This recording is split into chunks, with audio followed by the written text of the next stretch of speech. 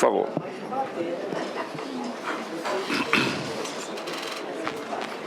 Bom, em primeiro lugar, quero cumprimentar o presidente da comissão, o senador Raimundo Lira, cumprimentar o relator, a senadora Anastasia, cumprimentar todos os senadores e senadoras aqui presentes, todos que participam dessa audiência, todos que assistem essa audiência pela televisão. Em minha apresentação, eu vou me concentrar nos fatos técnicos, nos fatos econômicos e fiscais que foram acatados no pedido de impeachment da presidenta. Em primeiro lugar, eu gostaria de destacar que a aceitação do pedido de impeachment, como foi feito pela Câmara dos Deputados, pelo relator da Câmara dos Deputados, está baseada somente em fatos ocorridos em 2015 e em 2015 apenas. E desses fatos de 2015, o pedido de impedimento se baseia em dois assuntos: a edição de decretos de crédito suplementar em suposto desacordo com a legislação e atrasos no pagamento de subvenções do Plano Safra que supostamente caracterizariam uma operação de crédito. Então, sobre esses dois assuntos, eu gostaria de apresentar os argumentos técnicos que, na minha opinião, deixam, sem sombra de dúvida, que não há crime de responsabilidade nesses dois assuntos. Começando pela questão dos créditos suplementares. Primeiro ponto a ser esclarecido, senhoras e senhores, é um ponto que às vezes aparece, às vezes não aparece, mas é importante registrar isso nessa audiência. Esse pedido de impedimento se baseia na edição de 6 decretos de crédito suplementar editados no final de julho e no final de agosto. São 6 decretos de crédito suplementar e são decretos não numerados. Então, o primeiro ponto a esclarecer é por que esses decretos são não numerados. Um decreto do ano de 2002, do então presidente da República, Fernando Henrique Cardoso, estabeleceu que decretos sem caráter normativo não precisam ser numerados. Eles podem ser identificados somente pela sua data e pelo seu assunto. Esses decretos são públicos, esses decretos são publicados no Diário Oficial da União, esses decretos são disponíveis no website do governo. Então, os decretos não são secretos. Eles somente não são numerados, que foi uma medida correta e simplificadora, adotada em 2002, porque decretos, por exemplo, que versam sobre nomeação de cargos, abertura de créditos, declaração de utilidade pública para desapropriação, são decretos que não são objeto de numeração.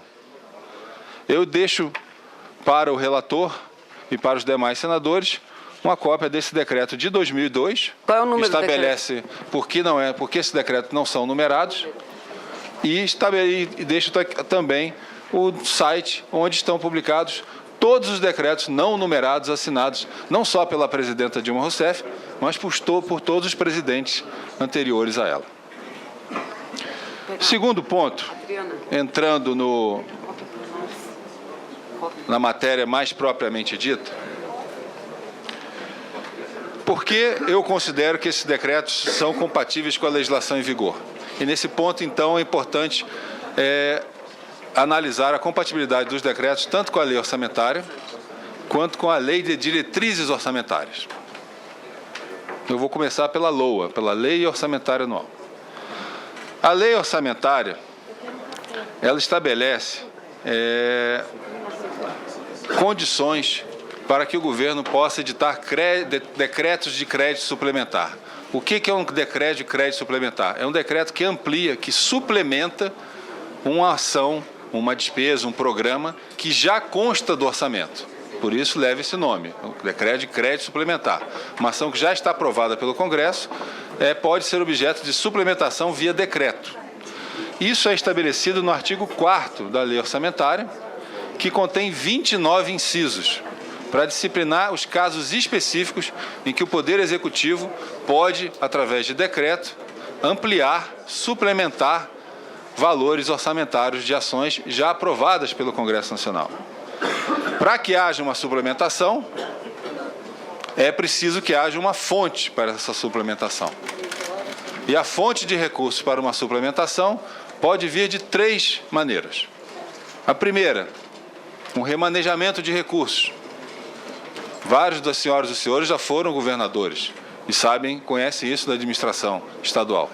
Você pode aumentar uma determinada dotação para uma ação, reduzindo um valor correspondente em outra ação. É isso que é chamado remanejamento de recursos. A outra fonte para fazer uma suplementação é chamado excesso de arrecadação. A lei orçamentária anual ela vem com autorização no volume máximo de despesas que o governo pode fazer no ano. E ela vem também com uma previsão de receitas. E é importante enfatizar a palavra previsão de receita. O governo, como qualquer agente, não tem certeza de quanto vai receber no determinado ano. Então, há uma previsão de receita. Aquela previsão pode se confirmar, ou pode ficar abaixo ou pode ficar acima. Acontece ao longo do ano que algumas receitas ficam abaixo, como tem acontecido recentemente, a maior parte das receitas tem vindo abaixo da previsão, mas algumas receitas superam a previsão. Então, nesse caso, quando uma receita vem acima do que estava previsto no orçamento, há um excesso de arrecadação. Se esse excesso de arrecadação tem uma destinação vinculada, ele só pode ser utilizado para uma determinada despesa, é possível, segundo a autorização da LOA, abrir um crédito suplementar com base nesse excesso de arrecadação. Então, essa é a segunda fonte de recurso para um crédito suplementar. A terceira fonte de recurso para um crédito suplementar é o que é chamado superávit financeiro. O que é isso? É um excesso de arrecadação, mas que não foi verificado no ano em curso. É um excesso de arrecadação que foi verificado em anos anteriores, mas que não foi utilizado nos anos em que ele se verificou. Então, isso é depositado na conta única do Tesouro Nacional, no Banco Central, se transforma em superávit financeiro de exercícios anteriores e pode ser utilizado no futuro para as despesas vinculadas a esse tipo de receita. Então, todos os decretos, os 6 decretos mencionados no pedido de impeachment, foram baseados em remanejamento de recursos, excesso de arrecadação ou superávit financeiro. Eu vou deixar também aqui com o relator e com o presidente da comissão, para disponibilidade de todos os integrantes dessa comissão, uma tabela em que detalha todos os valores que foram criados por esses decretos e quais os incisos da lei orçamentária nos quais esses valores se baseiam. Cada valor que foi criado nesse decreto se baseia em um dos 29 incisos da lei orçamentária. E por isso eu considero que esses decretos estão completamente de acordo com a lei orçamentária. Meu terceiro ponto. Qual o valor total desses decretos, desses 6 decretos? Esses 6 decretos criaram créditos suplementares no valor total de 95,9 bilhões de reais. São 6 decretos que criaram créditos suplementares de 95,9 bilhões de reais. Isso levou a algumas colocações no debate na Câmara dos Deputados que haveria uma ampliação de despesa de 95,9 bilhões de reais, quase 96 bilhões de reais. Essa é uma afirmação incorreta. Por quê? Porque a maioria desse valor foi objeto de remanejamento. Desses 95,9 bilhões de reais de créditos suplementares criados, 93,4 foram feitos via remanejamento de recursos. Ou seja, se reduziu a despesa de uma determinada ação para aumentar a despesa de outra ação. Não se aumentou o orçamento. Dos 95,9, 93,4 foram remanejamentos. Redução em uma rubrica, em uma ação, para aumentar outra ação. Você pega o orçamento da educação, reduz 100 milhões num determinado valor, aumenta 100 milhões em outro valor. O orçamento continua o mesmo. Então, não há que se falar que houve uma ampliação do orçamento no valor de 95,9 bilhões. Porque 93,4 foram de remanejamento. Bom, sobra 2 bilhões e meio. Esses 2 bilhões e meio restantes foram créditos criados com base em excesso de arrecadação ou superávit financeiro, com fontes novas de receita, não com remanejamento. E desses 2 bilhões e meio é importante destacar que 700 milhões foram para o pagamento de juros, para o pagamento de uma despesa financeira. Ou seja, esses 700 milhões não têm impacto sobre a meta fiscal, porque a meta fiscal é uma meta para o gasto e para o resultado não financeiro, é uma meta para o chamado resultado primário, que é o resultado do governo, excluindo o pagamento ou recebimento de juros. Então, dos 2,5 bilhões restantes, 700 milhões foram criados para pagar juros. E no próprio relatório do deputado Jovair, aprovado na Câmara dos Deputados, ele reconhece que sobre esses 700 milhões não há discussão. Então, para homogeneizar a informação e focar a discussão onde ela tem que ser dada, não está em discussão 95,9 bilhões, está em discussão 2,5 bilhões de créditos suplementares criados com base ou em excesso de arrecadação ou em superávit financeiro, sendo que desses 2,5 bilhões é preciso retirar 700 milhões. Então, senhoras e senhores senadores, nós estamos falando de 1,8 bilhão de um total de 96,9. Só para dar uma dimensão do que é o que está em discussão na questão dos decretos. Bom, agora eu vou focar nesse 1,8 bilhão. Desse 1,8 bilhão, que foi criado com base em excesso de arrecadação ou superávit financeiro, qual foi a principal destinação disso? A maior parte desses recursos foram destinados a despesas do Ministério da Educação, com 1,256 bilhão. Em segundo lugar, aparece um pedido de crédito suplementar da Justiça do Trabalho, com 171 milhões de reais. Em terceiro lugar, aparece um pedido de crédito do Ministério da Defesa, com 121 milhões de reais. Eu entrego aqui, vou deixar aqui também para o relator e para o presidente da Câmara, um detalhamento de todos esses decretos, tanto por fonte de recurso, da onde veio o recurso, quanto também para o destino, para o que foi utilizado esse recurso, para que todas as senhoras e os senhores possam ter com a precisão máxima qual foi a autorização dada pela Presidenta da República. Ainda sobre esses decretos, sobre esse 1,8 bilhão, eu creio que vale a pena ilustrar por que e como foram criados créditos suplementares. E para isso eu gostaria de apresentar 3 exemplos dos diversos que foram autorizados.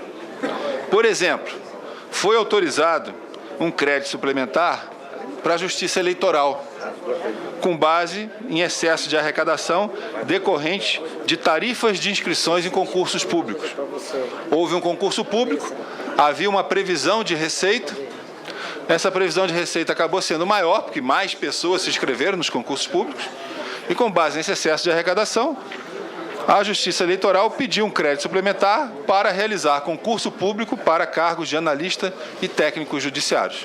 É um pedido que vem de outro poder para o Poder Executivo. Segundo exemplo, no caso do Ministério antigamente ocupado pelo ministro Cardoso, houve um superávit financeiro de taxas e multas pelo exercício de poder de polícia e de multas provenientes de processos judiciais, de exercícios anteriores. Isso ficou depositado na conta única do Tesouro Nacional. Essa receita tem uma destinação, uma vinculação específica.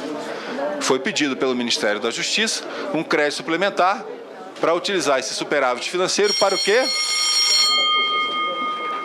Foi pedido um crédito suplementar pelo Ministério da Justiça para utilizar esse superávit financeiro decorrente de multas provenientes de processos judiciais para realizar escoltas de cargas dimensionadas e curso de formação de servidores. Terceiro exemplo, no Ministério da Educação. Houve também um superávit financeiro devido a contribuições maiores para o salário educação do que havia sido previsto em exercícios anteriores. Isso não foi utilizado nos anos anteriores, ficou depositado na conta única do Tesouro Nacional. Essa é uma receita carimbada, essa é uma receita vinculada, é uma receita que tem que ser utilizada na educação. Pois bem, houve um pedido do Ministério da Educação para que se utilizasse esse superávit financeiro para o apoio à manutenção da educação infantil, conforme autoriza a lei orçamentária.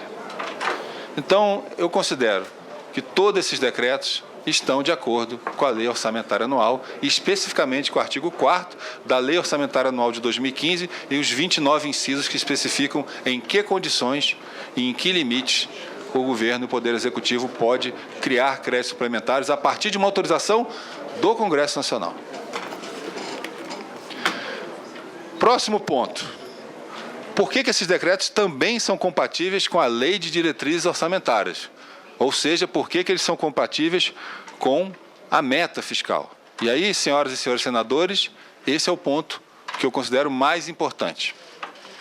E é importante esclarecer uma coisa para todos que estão nos ouvindo, que as senhoras e senhores, como aprovam anualmente o orçamento, os senhores e a senhora sabem como ninguém a diferença entre crédito orçamentário e limite financeiro.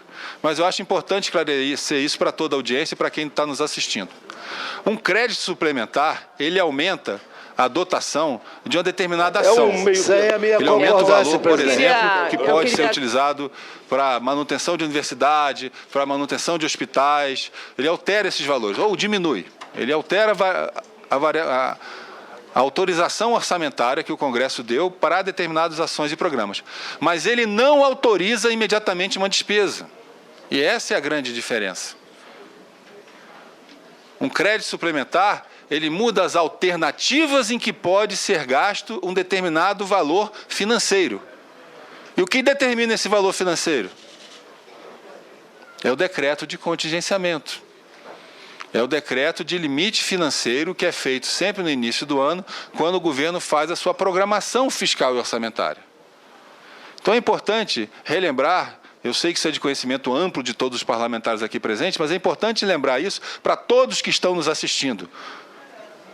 O orçamento é uma autorização que vem expressamente determinando quanto e onde o governo pode gastar e vem com uma previsão de receita. Uma previsão que pode ou não se verificar. Tem anos que a receita vem a mais, tem anos que a receita vem a menos, como está acontecendo agora. E por isso, ao longo do ano, o governo edita decretos de programação fiscal e financeira, adequando as despesas à evolução das receitas. Se as receitas vêm abaixo do esperado, o governo tem que fazer o chamado contingenciamento. Então, apesar de ter uma dotação orçamentária, você dá um limite financeiro compatível com a meta fiscal. Então, o crédito suplementar, o que ele faz é mexer nas alternativas em que pode ser gasto um mesmo valor financeiro. Esses créditos suplementares, esses 6 decretos assinados pela presidente, em nenhum momento autorizam aumento de despesa financeira. Eles somente modificaram as alternativas em que poderiam ser gasto o mesmo valor financeiro. Fixado aonde? Fixado no decreto de contingenciamento. Então, sobre isso, eu gostaria de relembrar o exemplo que eu dei na Câmara dos Deputados, que eu acho que traduz melhor esse assunto da linguagem orçamentária para a linguagem do dia a dia das pessoas. A diferença entre orçamento e limite financeiro é a mesma diferença, por exemplo, entre uma lista de supermercado e o volume de recursos que você tem no bolso para fazer as compras do seu supermercado. Quando você vai ao supermercado, você tem uma lista do supermercado que diz lá, você tem tanto para comprar de arroz, feijão, macarrão e ovo. E você tem um volume de recursos no bolso. Você tem lá R$100 no bolso. O orçamento é a lista de supermercado. É no que você vai gastar aquele recurso. O limite financeiro é o quanto você tem no bolso para gastar esses recursos. Ao longo do processo, seja por uma decisão sua, seja por uma comunicação, alguém liga da sua casa e diz, na verdade errei na lista. É melhor você mudar, em vez de comprar macarrão, compra manteiga. Você muda a lista de coisas que você pode utilizar. Mas o valor que você pode utilizar continua sendo R$100 no seu bolso. Mudar a lista não modifica o valor disponível para o gasto. E aí, senhoras e senhores senadores, é importante frisar que no momento da edição desses decretos, o governo tinha, nos dias anteriores, aumentado o corte de despesas. No decreto de programação de julho, o governo aumentou o corte de despesa discricionária, aumentou em 8,5 bilhões. O corte aumentou de 70 bilhões para 78,5 bilhões. Então, esses decretos, é como se mudou a lista de itens em que você podia gastar um determinado valor e, ao mesmo tempo, diminuiu o valor que você podia gastar. É como você está indo para o supermercado, alguém liga para você e fala, muda a lista e você não tem mais R$100 para gastar, não. Você tem 80. Então, não há que se falar que esses decretos aumentaram a despesa financeira do governo. Pelo contrário, esses decretos vieram depois de uma redução do limite financeiro de 8,5 bilhões. Esses decretos não conflitam com a meta fiscal, porque eles não aumentam a despesa financeira do governo. Não houve aumento de gasto, houve corte adicional de gastos, aumentando o contingenciamento de 70 para 78,5 bilhões. No ano passado, no ano em curso, no ano em discussão aqui, 2015, houve o maior contingenciamento de despesas discricionárias desde que existe contingenciamento. Houve o maior contingenciamento desde que existe a LRF, desde que existe esse instrumento. E eu entrego também, vou deixar disponível para o presidente e para o relator, um demonstrativo do tamanho do esforço fiscal que o governo fez no ano passado, com corte de despesas discricionárias de 78 bilhões e meio. O próximo ponto. Por que, apesar desses argumentos, ainda assim, o relator da Câmara dos Deputados considerou esses decretos como irregulares? Na aceitação do pedido de impeachment, ocorreu, ao meu ver, uma mudança de interpretação do que diz a LDO. A LDO diz que não podem ser editados decretos orçamentários ou financeiros que comprometam a meta fiscal. Como eu falei, um decreto de crédito suplementar não compromete a meta fiscal, porque a meta fiscal tem a ver com o gasto financeiro. Esses decretos não aumentaram o limite financeiro. Pelo contrário, eles foram feitos após a gente ter reduzido o limite financeiro. Essa interpretação de que você não pode nem editar um decreto que aumenta um limite orçamentário, apesar dele não ter impacto financeiro nenhum, é uma interpretação nova. É uma interpretação que surgiu ao longo das discussões das contas de 2014, no momento em que essas contas ainda estavam em discussão no Tribunal de Contas da União. É importante lembrar aqui datas. A aprovação do parecer sobre as contas de 2014, a aprovação final, o acórdão final sobre isso, ocorreu em outubro de 2015. Então, não há que se falar em uma irregularidade enquanto esse assunto ainda estava sendo discutido. E a União tomou como base para a edição desses decretos o entendimento da jurisprudência de exercícios anteriores. Por exemplo, em 2009, foi mudada a meta fiscal, em maio. Essa meta fiscal só foi aprovada em outubro. Durante esse intervalo, o governo editou decretos de créditos suplementares, baseados em excesso de arrecadação, baseados em superávit financeiro. As contas de 2009 foram analisadas pelo TCU e essa prática não foi objeto de questionamento por parte do TCU. Então, no momento da edição desses decretos, o governo estava se baseando na jurisprudência em vigor e no entendimento do TCU sobre uma questão similar que ocorreu em 2009. O entendimento pode mudar? Pode mudar. Eu não acho esse entendimento adequado, mas, obviamente, esse entendimento pode mudar. Mas, como qualquer mudança de interpretação, como diz a boa prática legal, se ela ocorrer, ela deve ter implicações para frente, não implicações retroativas. E é importante frisar que, no momento em que foram questionados esses 7 decretos, formalmente, imediatamente o governo suspendeu a edição de decretos de crédito suplementar com base em excesso de arrecadação ou superávit financeiro, editou o decreto somente com remanejamento de recursos, até que essa questão seja esclarecida pelo TCU, que é um processo que está em andamento nesse momento. As contas de 2015 estão em análise pelo TCU nesse momento. Nesse sentido, eu considero que não há que se falar de irregularidade na edição desses decretos com a Lei de Diretrizes Orçamentárias, mesmo que a interpretação atual venha a prevalecer no futuro. Porque se essa interpretação nova vier a prevalecer no futuro, ela deve ter efeitos para frente, não efeitos retroativos. Também não há que se falar em irregularidade desses decretos em relação à meta, porque a meta, senhoras e senhores, é uma meta anual. Não existe uma meta fiscal trimestral, mensal a quadrimestral. O aferimento do cumprimento da meta fiscal, ele é feito ao final do ano. É ao final do exercício que se verifica se a meta foi ou não cumprida. E aí eu tenho que apontar um fato irônico. No momento em que o pedido de impeachment foi aceito pelo presidente da Câmara dos Deputados, foi a mesma data em que se mudou a meta fiscal. Então, se aceitou um pedido de impeachment baseado na suposta edição de decretos irregulares que seriam incompatíveis com a meta fiscal que foi mudada no mesmo dia que se aceitou o pedido de mudança de meta fiscal. Só esse fato já torna irregular, inadequado, caracterizar esses decretos como irregulares. O Congresso mudou a meta fiscal No meio da votação, alguns parlamentares podem se lembrar dessa data, no meio da votação da meta de mudança, da votação da mudança de meta fiscal, o presidente da Câmara abre um processo de impeachment baseado, dentre outras coisas, numa irregularidade de decretos de crédito suplementar com a meta fiscal, sendo que a meta estava sendo mudada naquele momento. Então, onde está a irregularidade? A meta fiscal foi cumprida.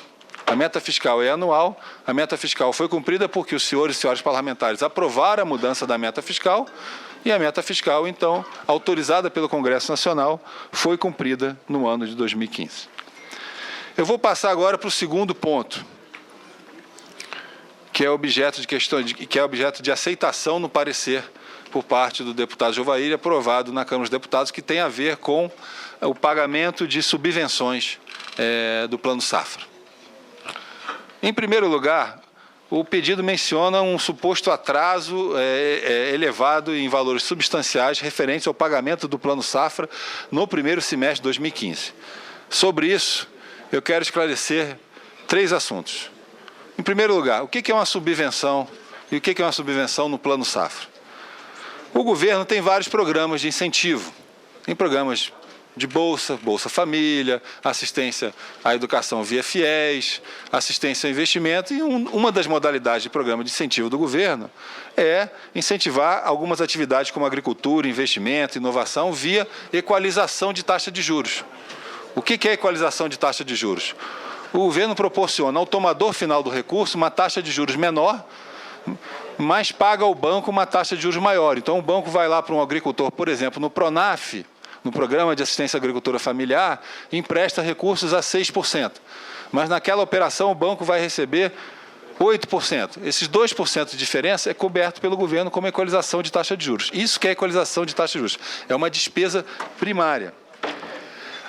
Toda equalização de taxa de juros, toda subvenção, para ser feita, como qualquer despesa, tem que ser aprovada pelo Congresso Nacional.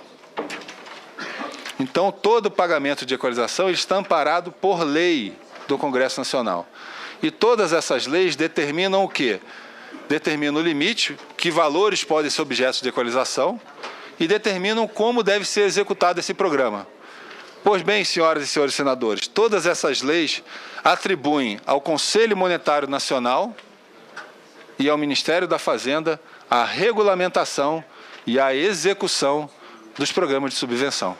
Então, nesse caso, não se trata nem de ato da Presidente da República. É um ato infralegal, é um ato dos ministros que regulamenta como deve ser implementado um programa de subvenção com base na autorização do Congresso Nacional. A subvenção mais comum é a equalização de taxa de juros, principalmente no programa de assistência à agricultura familiar. Existem outras formas de subvenção, como bônus de adimplência, rebate em saldos devedores, garantias de preços, pagamento de opções, mas todos esses programas são autorizados por lei e regulamentados por decisão de ministros. Isso não é um ato da Presidente, só isso já caracteriza a irregularidade de um pedido de crime de responsabilidade por um ato que não é de autoria da Presidente da República. Mas agora eu quero falar por que esses atos são regulares. Programa de equalização de taxa de juros existe há muito tempo, existe muito antes da LRF, existe desde que tem crédito agrícola. A metodologia de pagamento de equalização de taxa de juros já vem sendo utilizada há muito tempo e não foi objeto de questionamento por parte do TCU até 2015. O TCU analisou as contas de 2012, as contas de 2013 e não apontou isso como uma irregularidade. Em 2015, ao analisar as contas de 2014, o TCU resolveu aperfeiçoar o seu entendimento, o que é normal. A lei é aperfeiçoada. Naquele momento, o TCU resolveu apontar o quê? No processo de execução de equalização de taxa de juros, o governo não deve acumular saldos elevados junto aos bancos públicos, nem saldos por um período muito longo de tempo, porque isso poderia supostamente caracterizar uma operação de crédito. Pois bem, isso foi apontado, primeiramente, num relatório do ministro José Múcio, em abril de 2015, ao qual o governo recorreu, e a decisão final sobre esse processo foi realizada em dezembro de 2015, foi realizada a partir de um parecer do ministro Vital do Rego. Num segundo processo do ministro Nardes, que é o que analisou as contas de 2014, também se apontou isso e se recomendou uma modificação. O governo apresentou seus argumentos, recorreu do então questionamento do TCU por entender que isso não caracteriza operação de crédito, mas a partir do momento que a recomendação do TCU se tornou final, a partir do momento em que houve um acórdão, em que o TCU, então, fechou a questão e recomendou uma mudança na prática, na metodologia de pagamento de equalização de taxa de juros, o que ocorreu? O governo imediatamente aplicou a recomendação do TCU. Em outubro de 2015, o governo, diante da decisão do ministro Nardes, submeteu ao Congresso Nacional um pedido de adequação da sua requerimento de mudança de meta fiscal, solicitou ao Congresso Nacional que incluísse no pedido um valor para que fosse possível pagar todos os passivos apontados pelo TCU. Esse pedido foi aprovado pelo Congresso Nacional em dezembro, e no final de dezembro o governo, com autorização dada pelo Congresso Nacional, pagou os passivos apontados pelo TCU, e não só fez isso, também modificou o regulamento de pagamentos de equalização de taxa de juros, fazendo com que agora esses valores sejam apurados em bases semestrais e pagos imediatamente nos primeiros 5 dias úteis do semestre seguinte. Então, sobre essa questão de equalização, de pagamento de equalização de taxa de juros, que vulgarmente ficou conhecida pela imprensa como pedalada fiscal, esse é um assunto que foi questionado, respondido e resolvido em 2015. Resolvido tanto do ponto de vista financeiro, que o que foi apontado foi pago, e resolvido também do ponto de vista administrativo, que o governo adotou as portarias necessárias para aplicar a recomendação do TCU. E como qualquer recomendação nova, o meu entendimento é que isso se aplica para frente, isso não se aplica retroativamente. Na questão específica do Plano Safra, que é o ponto destacado no relatório do deputado Jovair, se aponta uma suposta irregularidade a partir do levantamento dos valores a receber da União, dos valores constantes do balanço do Banco do Brasil a receber da União. E nesse ponto eu gostaria de citar o que foi mencionado já pelo meu colega Cardoso na defesa da presidenta, apresentado na Câmara dos Deputados. O pedido menciona que, em dezembro de 2014, havia registrado no balanço do Banco do Brasil 10,9 bilhões de reais a receber do Tesouro. Em junho de 2015, havia registrado 13,4 bilhões a receber do Tesouro. Logo, uma leitura rápida e desatenta desses valores levaria uma impressão de que houve um aumento, um atraso de 2,5 bilhões. Só que isso não é correto. Por quê? Um levantamento mais detalhado e pormenorizado que foi apresentado na defesa da presidente e será entregue aqui nessa comissão, diz que desses 10,9 bilhões registrados no final de 2014, foram pagos 500 milhões. Em junho de 2015, o valor referente a exercícios anteriores caiu de 10,9 para 10,4. Ao longo do primeiro semestre de 2015, o governo reduziu, pagou contas de exercícios anteriores. Não há que se falar em aumento de atraso de contas devidas de exercícios anteriores. E é bom relembrar que no primeiro semestre de 2015, essa questão estava sendo discutida ainda com o TCU. O parecer do ministro José Múcio é de abril. Essa é uma questão que ainda estava em debate administrativo entre a União e a nossa autoridade contábil, que é o TCU. Mas, independente disso, houve um pagamento. Não há que se falar de acúmulos, de atrasos de contas de exercícios anteriores. O valor caiu de 10,9 para 10,4. Então, como subiu para 13,5, para 13,4? É porque, ao longo do primeiro semestre de 2015, há pagamentos de operações de crédito. Ao longo do primeiro semestre de 2015, há vários financiamentos que geram novas obrigações de equalização de taxa de juros. Então, as operações em curso, ao longo do primeiro semestre de 2015, geraram um gasto de equalização de 3 bilhões. Então, o governo registrou isso, e essas equalizações são apuradas em bases semestrais. Elas são apuradas no primeiro semestre de 2015 para serem pagas no segundo semestre de 2015. Então, essas não se trata de atraso, se tratam de operações que foram geradas no próprio exercício. As operações que constavam de exercícios anteriores, na verdade, foram reduzidas, como demonstram os materiais apresentados pela defesa do governo, com base nos números do Banco do Brasil. Nesse sentido, é importante dizer que não houve atraso, não é um ato da Presidente da República. Para terminar, eu queria registrar alguns pontos.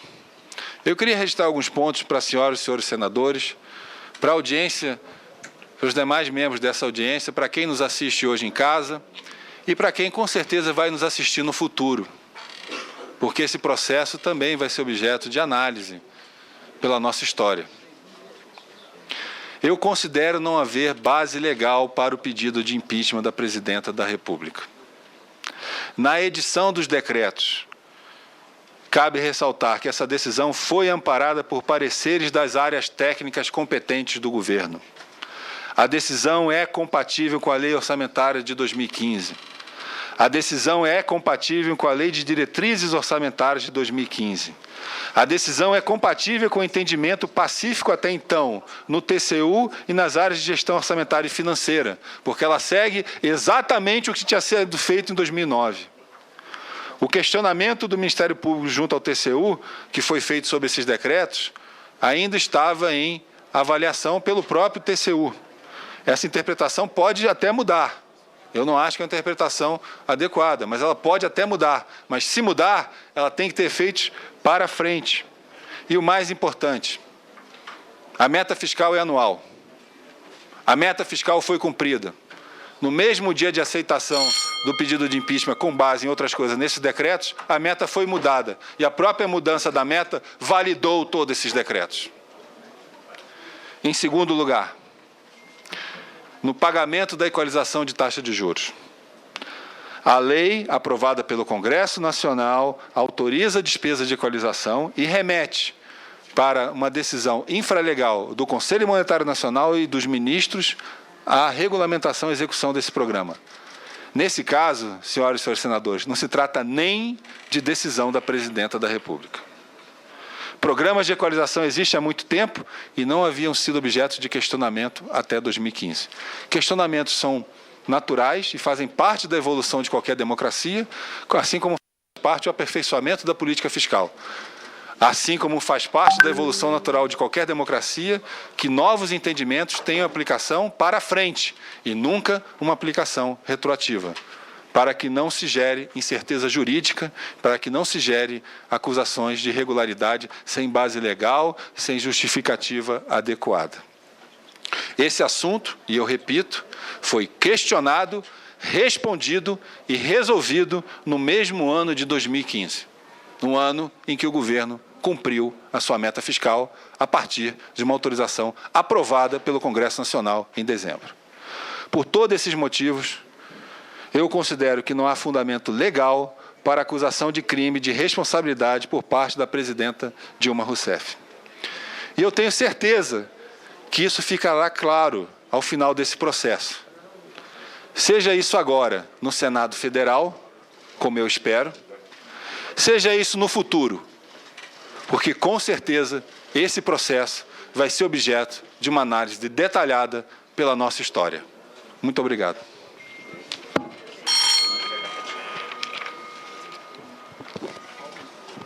Presidente, pela ordem, senhor presidente, o ministro usou 20 minutos.